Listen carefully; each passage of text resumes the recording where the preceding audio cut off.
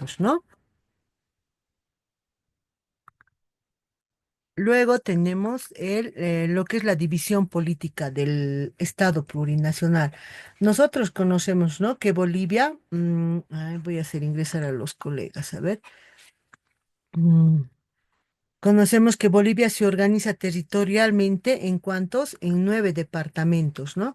9 departamentos, 112 provincias y 342 municipios y un territorio indígena originario campesino.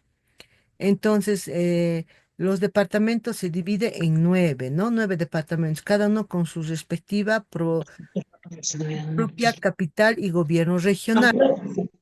Provincias. ¿Ya mm, has traído a la Lili? las provincias, los departamentos se subdividen y subdividen todavía en provincias que a su vez se dividen en municipios y otros municipios, ¿no? Pero no podemos dejar de lado, ¿no? El departamento de La Paz, Hasta luego, buenas noches, gracias. el departamento de La Paz, ¿no?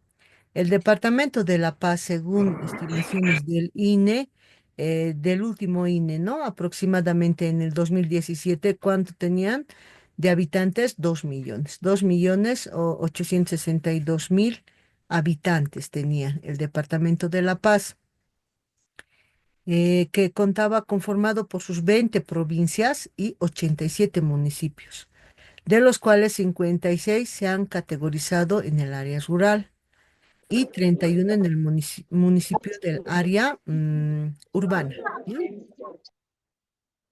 Vamos al departamento de Oruro. El departamento de Oruro, según el último INE, con cuántas personas tenía en su departamento, unos 532.000 habitantes aproximadamente, ¿no? Estos que representaba y estaban conformados por 16 provincias, 16 provincias y 35 municipios, las cuales 27 se caracterizaban del área rural y 8 municipios del área urbana. Potosí, Potosí frente a al INE que han ido realizando en el 2017, tenía, según una estimación de 8.000 habitantes, ¿no? 8.000 habitantes aproximadamente.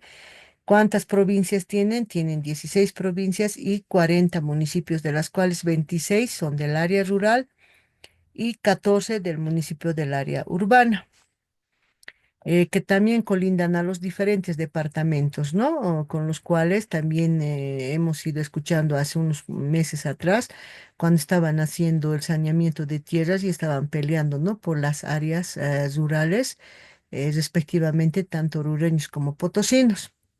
Beni, de acuerdo al último INE, contaba, ¿no? Con 460.000 habitantes y estaba conformado por 8 provincias y 19 municipios, de los cuales 4 eran del área rural y 15 municipios correspondía al área urbana.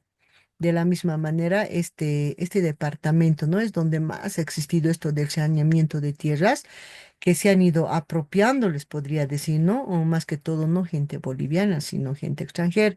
Ahora dirán, ¿no? En esto, después de ver todos los textos que se ha ido recolectando para poder ver cuántos o cuánto de población está, más la población son de otros, no son tanto así de Beni, ¿no? Beni, sino son de otros departamentos, pero también que existen gente extranjera, no son todos bolivianos, ¿no? Como en todos los departamentos, pero más habita en Pando Beni gente extranjera. Digo por el saneamiento de tierras, porque hace como unos 10 12 años atrás recuerdo que esto de saneamiento de tierras, al maestro que iba se les daba su territorio, ¿no? O un cierto lugar para que puedan habitar. De la misma manera a las personas que iban por ahí y tenían ya dinero o se han ido construyendo sus casitas, entonces han hecho lo que es el saneamiento de tierras. En el departamento de Pando, de acuerdo al último INE, contaba con unos 130.000 habitantes aproximadamente, de los cuales 5 provincias y 15 municipios, de los cuales 11 pertenecen al área rural y 4 municipios al área urbana. también su municipio, ¿no? Su capital se denomina Cobija, ¿no? Cobija. Vamos al departamento de Santa Cruz.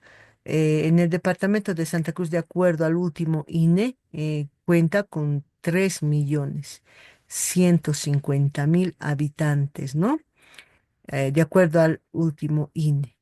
Y está conformado con 15 provincias y 56 municipios, de los cuales 8 se categorizan como área rural y 48 municipios para el área urbana. Ya casi todo está poblado también de la misma manera. Santa Cruz, lo que era hace 15 años, hoy en día ya no es, y todo está ahí, ya saneado, ¿no? Antes se decía, cuando han ido a marchar los del Tipnis para poder proteger sus tierras, todavía no estaban haciendo su saneamiento, pero hoy en día, así como el territorio orureño y todos los alrededores, aunque digan, ¿no? Que cuando viajamos o cuando pasamos hay tanta tierra ósea, se dice, ¿no? O sea que esta no produce, no se trabaja, pero hoy en día toda esa población, todas esas tierras, esos cerros que se ve sin ir muy lejos, hasta viajar nomás a ver a Pisiga o a Iquique cuando se va por Oruro, todas esas tierras, todos tienen sus dueños, ¿no? Porque todo ya está saneado. Entonces, ya no hay, se podría decir, territorio así sin saneamiento. Luego viene el departamento de Cochabamba. El departamento de Cochabamba, de acuerdo al último INE, tiene 1.940.000 habitantes aproximadamente, de los cuales 16 provincias tiene y 47 municipios, de los cuales 22 están en el área rural y 25 en el municipio del área urbana. Su, mm, el departamento de Cochabamba además se constituye en el primer departamento que tiene casi la mitad de sus municipios en el área rural, en el área rural. No sé, Cochabamba. Chuquisaca, de acuerdo al último INE, tienes unos 620.000 habitantes aproximadamente, con 10 provincias y 29 municipios, de los cuales 17 en el área rural y 12 municipios en el área urbana. De la misma manera, su segundo es un segundo departamento que representa casi toda en el área rural, además de Potosí, ¿no? Tiene con más población en el área rural y no así en el área urbana. Tarija. Tarija, de acuerdo al último INE, tiene 550.000 habitantes, que también cuenta con 6 provincias y 11 municipios, de los cuales 4 nomás está categorizado como área rural y 7 municipios como área urbana. Eh,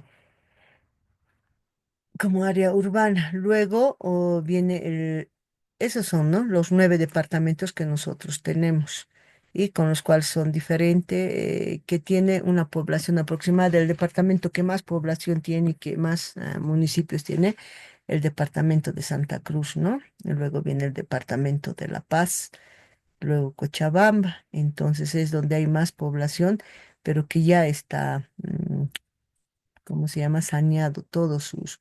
Si antes se decía este es primer anillo, segundo anillo, ahora creo que existe hasta octavo anillo, ¿no? Y ya no hay tierras, ¿no? Tierras que aún se puede hacer el saneamiento, sino todos ya está con sus respectivos dueños. Vamos a las autonomías regionales e indígenas de las naciones originarias. En- Tenemos diferentes, ¿no? Las naciones originarias. ¿Cuáles son las naciones originarias? Bolivia reconoce la existencia de 36 naciones indígenas, cada una con su propia cultura y tradiciones. En la anterior unidad temática nosotros habíamos visto solo de 31, ¿no? Pero que reconoce legalmente y de acuerdo a la condición política del Estado a 36 naciones indígenas que tienen su propia cultura. De hecho, que tampoco se ha encontrado de muchas de las culturas cuántos son sus habitantes y aún queda, pero sí tienen historia. Entre ellas están, son 5, ¿no? 5.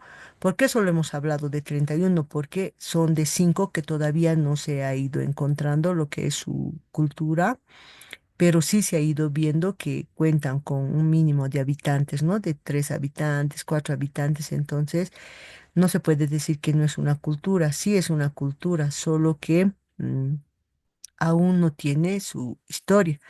Pero nosotros en la actualidad contamos, ¿no? Con las 36 etnias y culturas de acuerdo a nuestra constitución política del Estado y que la autonomía implica, ¿no? A cada una de estas naciones y culturas. Autonomías regionales. Las autonomías regionales permiten a las naciones indígenas administrar, administrar sus recursos y gestionar sus propias políticas. ¿Por qué? Porque están en la facultad legislativa, reglamentaria y son fiscalizadoras, ¿no? Y ejecutiva por sus órganos de gobiernos porque son autónomos en todo el ámbito de su jurisdicción y competencia de atribuciones. Entonces, tienen esas atribuciones de cuando son autónomas de cada quien, ¿no? Velar por su departamento. La autonomía departamental. ¿A qué se refiere la autonomía departamental aquí en las regionales? Principalmente cumple la función de impulsar el desarrollo económico, productivo y social en la jurisdicción. Además, se organiza en dos órganos, dice, ¿no? ¿Cuáles son esos sus dos órganos de las autonomías departamentales? La Asamblea Departamental y el órgano electoral. ¿Por qué la Asamblea Departamental? Porque es la que fiscaliza y ¿cómo es? Legislativa, ¿no? Fiscaliza y legislativa en el ámbito de sus competencias, porque hay compañeros que quieren entrar, a ver, en el ámbito de sus diferentes competencias. Estos están integrados por asambleístas departamentales, elegidos según criterio de la población, territorio y equidad de género por sufragio universal también, ¿no? Los asambleístas y por asambleístas departamentales representantes de las naciones y pueblos indígenas originarios campesinos. Las y los representantes de las naciones y pueblos indígenas originarios campesinos son elegidos de acuerdo a sus normas y procedimientos propios, ¿no? Eso es lo que alguna vez se decía, ¿no? ¿Por qué tanto hay diferentes tipos de elecciones? Entonces nosotros hacemos las elecciones para esto lo del asambleísta departamental, que hoy en día también está, ¿no? En eso están promocionando a sus asambleístas. El órgano ejecutivo está presidido por el gobernador o la gobernadora de cada departamento, ¿no? Además que está integrado por sus autoridades departamentales. Estos serán elegidos a partir de quién, de un estatuto y también por el departamento, ¿no?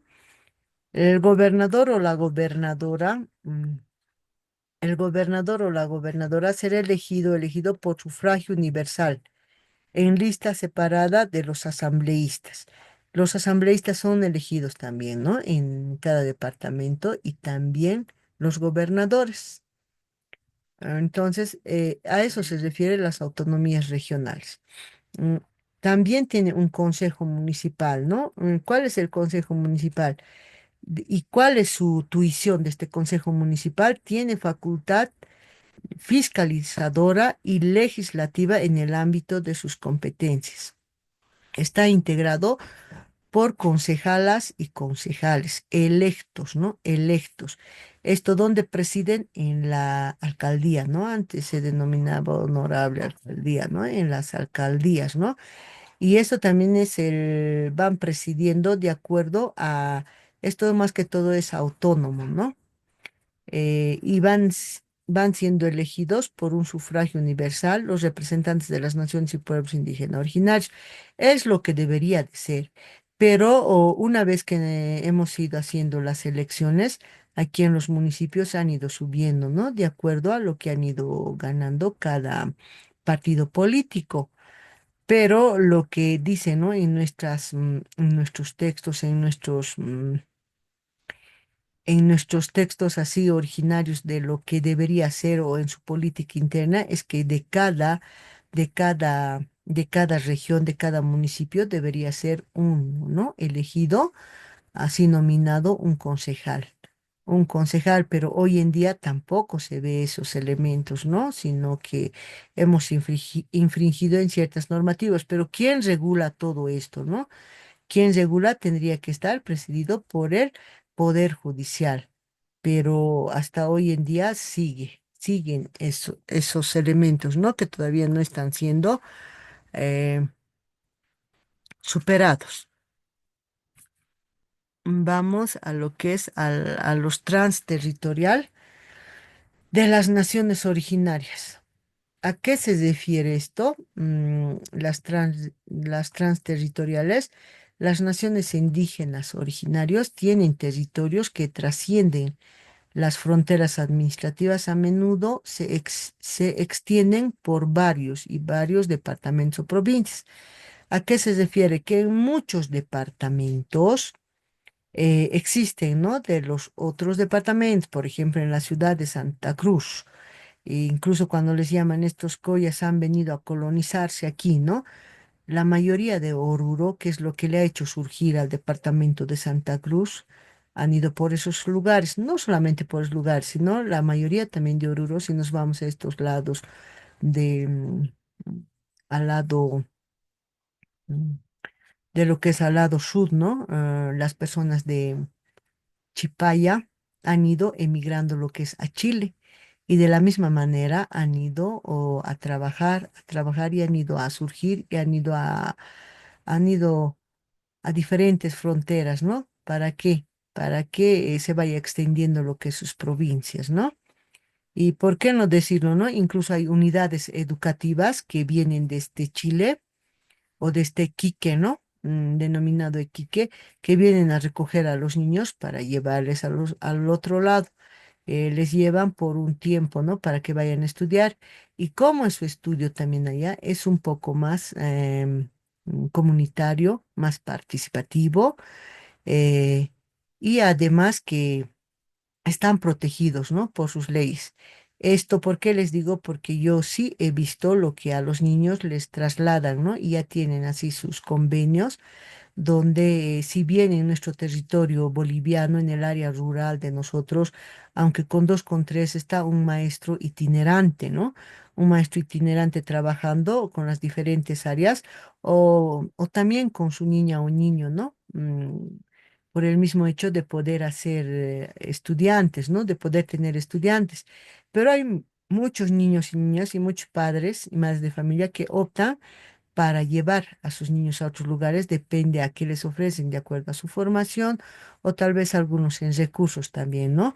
Y esto se ha podido visibilizar más que todo en las fronteras, ¿no? En las fronteras donde los estudiantes van a estudiar al otro lado, termina su tiempo de estudio porque allá es otros meses específicos, ¿no? Termina su cosecha, se podría decir, de su fruta, porque ya por esos lados el estudiante no solamente se dedica a lo que es al aprendizaje, sino al aprendizaje de la producción de el terreno, ¿no? De el terreno, entonces termina su producción, se podría decir, ya termina sus clases y se los vuelven a enviar, ¿no? Lo que son a los estudiantes. Entonces a eso se refiere, ¿no? Que las naciones indígenas tienen territorios que trascienden las fronteras.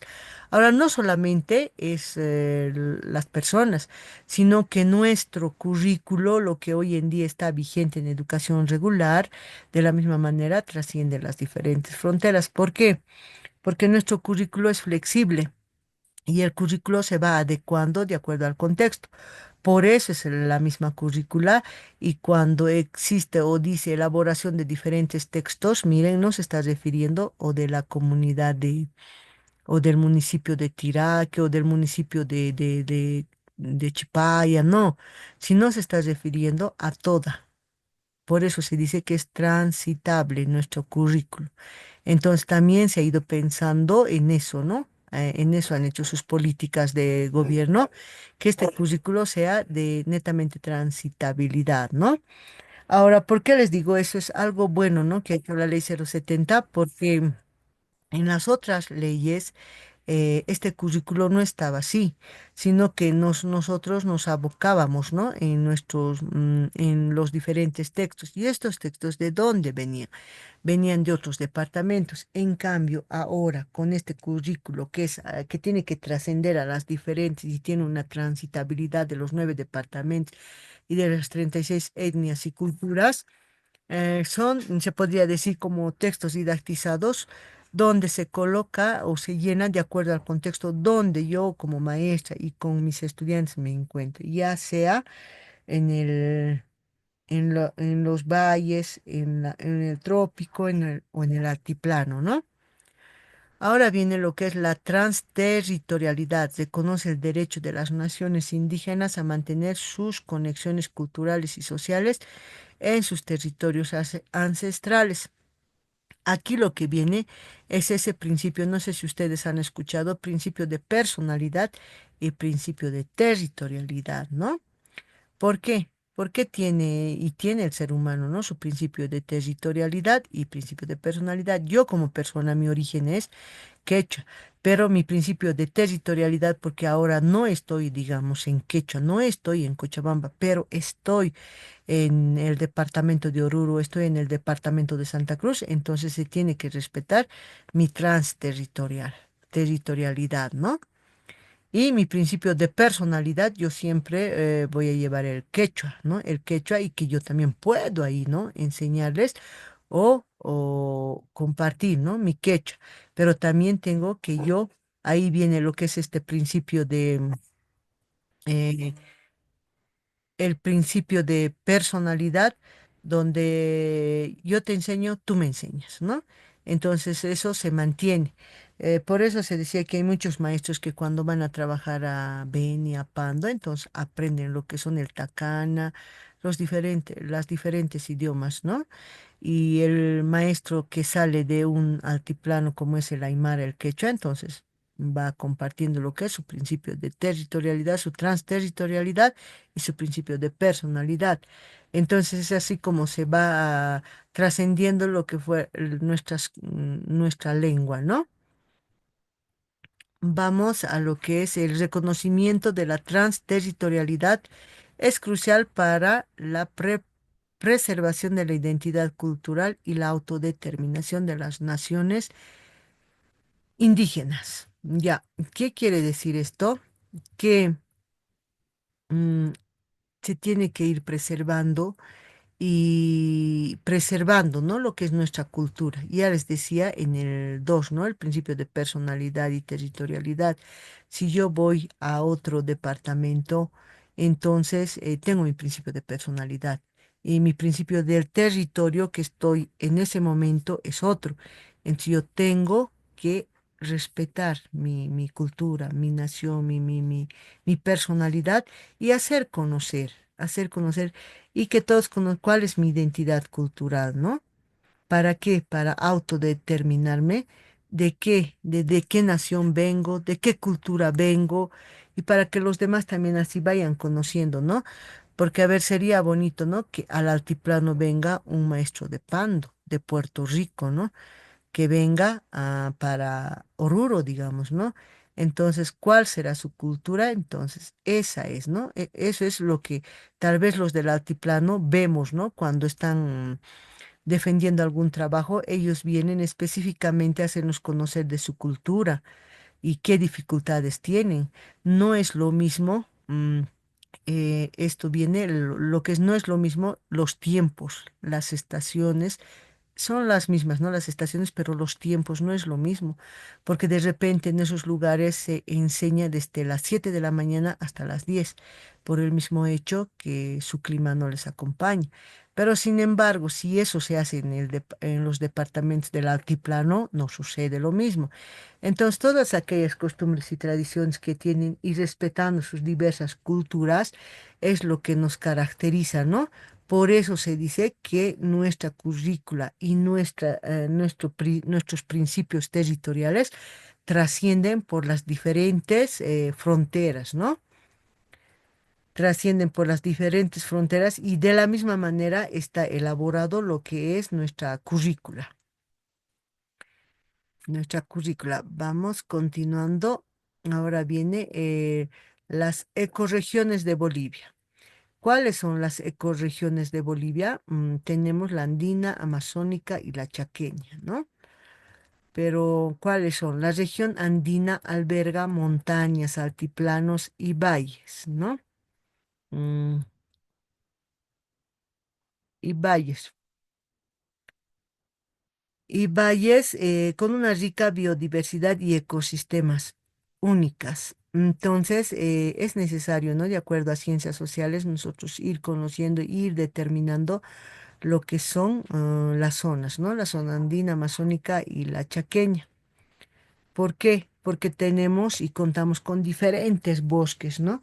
Tenemos bosques, se decía, ¿no? En nuestra historia que nosotros no contábamos con bosques, porque esa palabra es una palabra, un término de otro país donde hay bosques, pero en realidad nosotros tenemos bosques en Bolivia, ¿no? Tenemos diferentes bosques. Por ejemplo, el bosque tucumano boliviano. ¿Cómo se caracteriza este bosque? Tiene una altura, un terreno, tiene especies más vegetales típicas. ¿Y dónde está esto, no? En los Andes y en el sur de Bolivia, a las laderas, ¿no? Casi en las fronteras está. Entonces, miren, sería, y eso se ha visto, ¿no? Con diferentes trabajos o diferentes producciones que han ido haciendo. Y sin ir muy lejos, podemos ver en estos, en los textos eh, que se ha hecho la impresión o algunos les han dado, ¿no? En educación regular, estoy diciendo. De acuerdo al contexto, se ha podido ver y hay diferentes cuentos de las diferentes zonas, de los diferentes, de las diferentes fronteras, ¿no? Entonces, miren, de esa manera se puede ir conociendo. La zona, las ecorregiones de Bolivia, entre ellas la amazónica. Esta región amazónica es rica en bosques húmedos, ricos en una increíble variedad de la flora y fauna. ¿Por qué son ricos? Dice, ¿no? La amazónica. ¿Por qué? A ver, hay aquí este que nos cuenta, ¿no? En un cuento, no es un cuentacuentos, ¿no? Sino es un cuento real que hoy en día tal vez nosotros, nosotros digo, no, tal vez no podemos creer, pero cuando lo vamos a ver, lo vamos a creer. Y se podría decir que es cierto, ¿no? ¿Por qué les digo esto? Yo he leído un cuentito de estos textos que han traído de la Amazónica donde dice, ¿no? Que tenemos los árboles andantes, ¿no? Los árboles andantes. ¿Cómo son los árboles andantes? Yo también me habría gustado conocerlos, ¿no? Que aún existen en los bosques. Son estos árboles que tienen las raíces altas, altas y son inmensamente altos, así como el eucalipto, ¿no? Y tiene sus raíces altas. ¿Y esto cómo han detectado, cómo han visto que era, ¿no? Y de esto, si nosotros entramos al enlace, sí hay hasta videos hay, ¿no? Todavía que aún persisten estos árboles andantes. ¿Cómo se han dado cuenta que eran árboles andantes? Claro, los ancianos, los sabios, ¿no? De la comunidad no, ni siquiera de ese entonces, ¿no? Se podría decir de hace 2 años atrás los ancianos contaban, ¿no? Que había los árboles andantes, que hoy en día hay poco, pero debe haber en el bosque arriba, dicen, ¿no? En ese video así le cuenta, ¿no? Ese sabio. Y le dice el otro, a ver, yo quisiera ver, pero al subir, al hacer esa travesía, el que está relatando, ¿no? El cuento, al subir, al hacer la travesía, se encuentra con dos osos que tienen el pecho de color luna, ¿no? Dice que estos son salvajes y que comen carne, ¿no? Son carnívoros. Entonces hace y espera que los osos se levanten y se queda a dormir por esos lugares. Se han quedado a dormir, pero sin darse cuenta, ¿no? Porque ellos estaban buscando a los árboles andantes, ¿no? A los árboles que caminan. Sin darse cuenta se quedan a dormir ahí, se quedan arman su carpita y se quedan a dormir. Y cuando ven que hay árboles con raíces, entonces justo por ahí abajito se quedan, pero también se dan cuenta que las trepadoras empiezan a caminar. Entonces ellos lo graban, lo filman siempre. Y en esa grabación se ve, ¿no? Lo que las trepadoras empiezan a moverse o empiezan a cerrarse en esos bosques. y de pronto se ve que el árbol camina. ¿Camina de qué manera? Les digo, sus raíces como son elevadas, se van moviendo más allá, se van moviendo, ¿no? Entonces, de esa manera se ha podido ver y de verdad así constatarse, se podría decir, ¿no? Que aún existen los árboles andantes. Pero no se dan cuenta que más allá lo han talado a los árboles andantes. ¿Para qué? Para abrirse caminos. Esos caminos que hoy en día tal vez ya se están deteriorando, pero que aún no han entregado. Y sí se ha podido ver y con videos se ha podido ver que los árboles en la noche se mueven, ¿no? Se mueven la raíz que va caminando un poquito más a este lado y la otra raíz se cambia, se va cambiando así.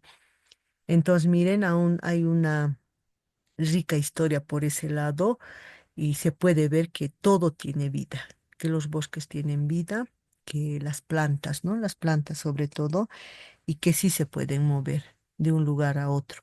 Entonces ahí se ha podido ver que en esta zona amazónica existe todavía eso, que todavía nos está talando, nos está cubriendo, pero a ver hasta cuándo estará eso, ¿no? Para que podamos contar la historia o para que podamos ver. A veces no tenemos que ser tan incrédulos, sino que tenemos que ver siempre, a ver, ¿por qué está contando eso? Y ese es como un cuento del texto que es de una frontera. Entonces, ya, ¿por qué? Pero ha dicho eso. A ver, yo también quisiera conocer, ¿no? La curiosidad.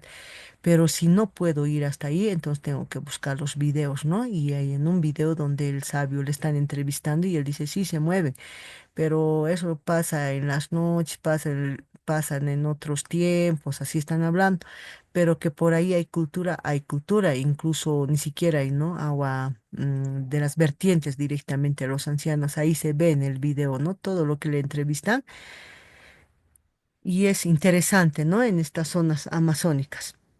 Vamos a lo chaqueño.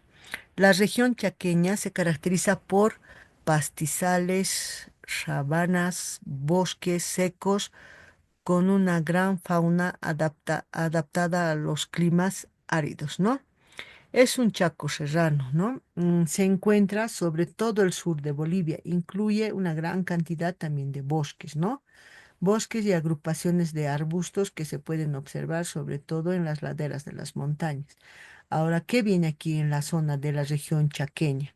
Nosotros sabemos que ahí está una gran empresa, ¿no? Que es de YPFB, está saliendo lo que es YPFB. ¿Qué es lo que está pasando? De la misma manera en nuestra zona chaqueña, así como han ido haciendo en el departamento de Oruro, Inti Raymi, ha ido deteriorando lo que es la tierra, lo ha ido volviendo estéril. De la misma manera por este sector de Chaco, que antes se podría decir tenían sus tiempos, ¿no? Donde era un clima bastante, bastante árido, que tenía mucha vegetación, y no solamente vegetación, sino esta zona chaqueña se caracterizaba por tener sus pequeños lagos, pequeños ríos donde había demasiados cangrejos, se podría decir, ¿no? Y que se dedicaban a la caza del cangrejo y todo eso, pero hoy en día ya no hay tanto eso, ¿no? Ya no hay tanto eso porque es por esta industrialización, se podría decir, o por las empresas, ¿no? Que han ido comprando todos los terrenos por ese sector, pero también de la misma manera se está yendo esterilizando lo que son nuestras tierras. Antes se podría ver que las aguas no eran tan frías y que no salían de esos lugares tan áridos, ¿no? Pero hoy en día ya se puede ver incluso que hay un invierno tremendo que todo se va secando, ¿no? Y eso es por todos esos sucesos que ha tenido la mano del hombre, ¿no? Y también para que podamos surgir, ¿no? Para que podamos surgir y de acuerdo a nuestras políticas, que si encontramos algo, entonces hasta terminarlo y todo eso, ¿no? Entonces ahí se puede ver el deterioro de lo que es de la tierra, ¿no? De la tierra. Eso se ha podido ver en la parte chaqueña, amazónica también de la misma manera y en Andina también, ¿no? Porque alberga diferentes montañas a los altiplanos. Ahora aquí, ¿qué es lo que ha pasado en la zona andina?